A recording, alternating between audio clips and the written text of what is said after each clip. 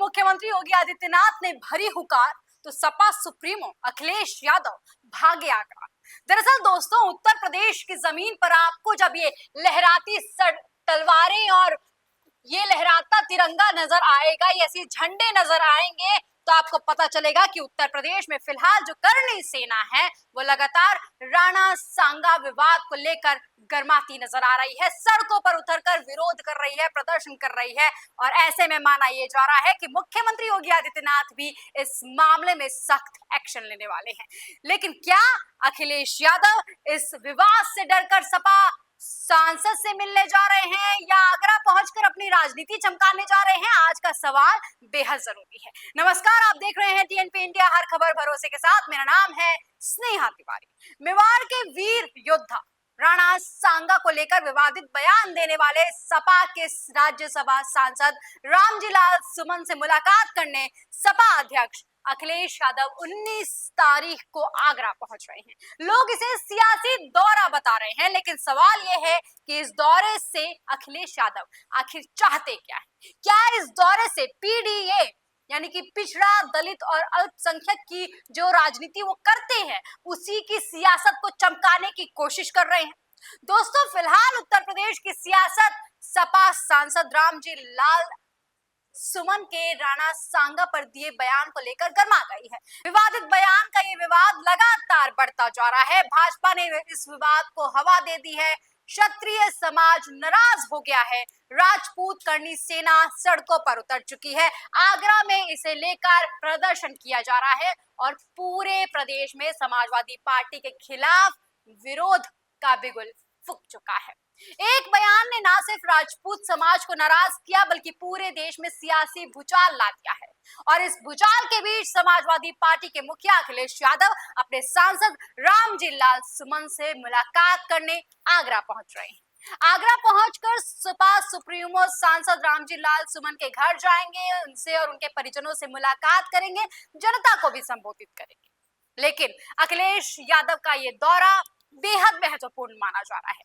वजह है इसकी टाइमिंग। ये ऐसे समय पर हो रहा है जब ये विवाद बढ़ा हुआ है और ये विवाद लगातार तूल पकड़ता नजर आ रहा है। लेकिन दोस्तों, आज समझने की पहले कोशिश करते हैं कि आखिर ये विवाद हुआ कब, शुरू कैसे हुआ और क्या है ये विवाद। ये सब शुरू हुआ 21 मार्च को, जब समाजवादी पार्टी के राज्यसभा सांसद रामजी लाल सुमन ने संसद में मेवाड़ के शासक राणा सांगा को गद्दार करार देते हुए दावा किया कि उन्होंने मुगल बादशाह बाबर को इब्राहिम लोदी को हराने के लिए भारत में आमंत्रित किया था।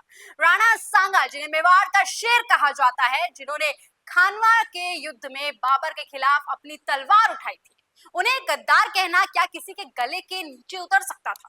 मामला यही है। विवाद भड़क चुका। रामजी लाल सुमन के बयान के बाद जब विवाद बढ़ा तो सबकी निगाहें समाजवादी पार्टी के मुखिया अखिलेश यादव पर टिक गई। लेकिन अखिलेश यादव ने ना माफी मांगने की कोई बात की और ना ही अपने सांसद को फटकार लगाया, बल्कि इसके बजाय उन्होंने उस बयान का समर्थन भी किया। 23 मार्च को अखिलेश यादव ने कहा कि इतिहास किसने लिखा है? हमने तो इतिहास नहीं लिखा है। भाजपा से निवेदन है कि इतिहास के पन्ने ना पलटे। यदि पन्ने पलटे जाएंगे तो ये भी सामने आएगा कि जब छत्रपति शिवाजी का तिलक हो रहा था तो किसी ने तिलक कराने से इनकार कर दिया था। क्या भाजपा आज इसकी निंदा करेगी? इसीलिए भाजपा इतिहास के पन्ने को पलटना बंद करे। ये सुनकर बीजेपी भड़क गई। बीजेपी नेता अमित मालवीय ने इसे हिंदू समाज का अपमान बताया है। विश्व हिंदू परिषद ने सुमन से माफी मांगने की अपील की है। राणा सांगा पर सुमन के बयान ने राजपूत समाज को इतना आक्रोशित कर दिया कि करनी सेना सड़कों पर उतर गई। यही नहीं, 26 मार्च को आगरा में सुमन के घर पर भी करनी सेना ने काफी हमला बोला था। पथराव किया गया, गाड़ियां तोड़ी गई और सुमन के घर की खिड़कियां भी चकनाचूर कर दी गई। और आज जब राणा सांगा जयंती है तो इस मौके पर पूरे आगरा में रैली निकाली गई, समर्थन रैली निकाली गई और साथ ही साथ उन लोगों के हाथों में आपने देखा होगा इस तरीके के झंडे नजर आ रहे थे, इस तरीके की तलवारें नजर आ रही थी। तो क्या इसे एक कोई संदेश मान लिया जाए? खैर, उत्तर प्रदेश की राजनीति में इस वक्त वैसे भी औरंगजेब से लेकर मुगल शासक बाबर तक का मुद्दा गरमाया हुआ है, तो ऐसे में राणा सांगा का विवाद भी तूल पकड़ चुका है। लेकिन क्या अंजाम होगा ये एक बड़ा सवाल है। और इसी बीच मुगल शासकों के मुद्दे को लेकर जब राजनीति खूब हो रही है तो ऐसे में इस बयान को लेकर आगे क्या होगा ये एक बड़ा सवाल है। अखिलेश यादव जी के दौरे की बात कर लेते हैं। फिलहाल उनसे सवाल पूछना बेहद जरूरी है। सवाल ये है कि अखिलेश जी, क्या आप आगरा जा रहे हैं तो वहां जाकर आप राणा सांगा के अपमान पर कुछ शब्द बोलेंगे, कुछ एक टिप्पणी करेंगे? क्या आप अपने सांसद को समझाएंगे कि इतिहास के साथ इस तरीके की छेड़छाड़ नहीं करनी चाहिए?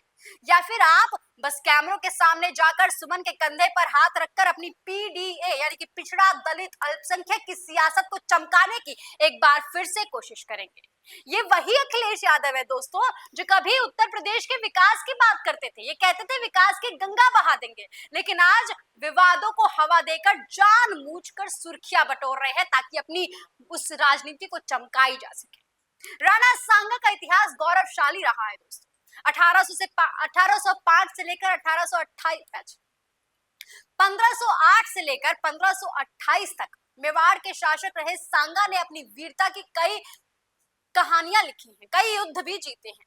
और ऐसे में अखिलेश यादव इस सच को सामने लाने की बजाय चुप है।